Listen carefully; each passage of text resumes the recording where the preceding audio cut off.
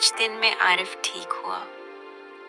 اسی دوران زہرا ایک رات برآمدے میں بیٹھی تھی۔ ہلکی ہوا چل رہی تھی۔ چاند اوپر سے اپنی سفید روشنی بکھیر رہا تھا۔ عارف اس کے پاس آیا۔ پہلی بار اس نے خود ہو کر زہرا کا چہرہ اپنے ہاتھوں میں لیا۔ اس کی آواز کانپ رہی تھی۔ زہرا، مجھے معاف کر دو۔ میں نے تمہیں بہت رلایا۔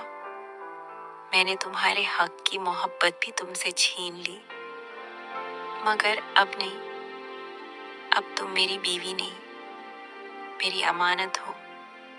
زہرا نے اس کی آنکھوں میں دیکھا اور اس کی پلکوں سے 2 آنسو ڈھلکے۔ وہ بس پھسپھسائی، آپ کا بدلنا ہی میری محبت کا جواب ہے عارف۔ عارف نے پہلی بار اسے سینے سے لگا لیا اور قسم خدا کی، اس ایک آلنگن نے زہرا کی ساری بے بسی، ساری تنہائی، ساری راتیں، سب کچھ دھل دیا۔ جب زہرا اپنی جگہ پر نہیں تھی، شکیلہ بیگم نے سوچا شاید سو رہی ہے، لیکن پھر ایک شام انہوں نے زہرا کو کچن میں عارف کے لیے دوا بناتے دیکھا۔ اس کی آواز میں گھبراہٹ تھی، ہاتھ کانپ رہے تھے، چہرہ پیلا پڑ گیا تھا، مگر وہ پکی پکائی دوا بس عارف تک پہنچا دینا چاہتی تھی۔ شکیلہ بیگم کا دل اسی پل ہلکا سا پگھل گیا۔ انہوں نے پہلی بار زہرا کی اور نفرت کے بجائے انسانیت سے دیکھا۔ اسی رات وہ زہرا کے کمرے میں آئی، دھیرے سے بولی، بیٹا، تم نے میرے بیٹے کا بہت خیال رکھا ہے۔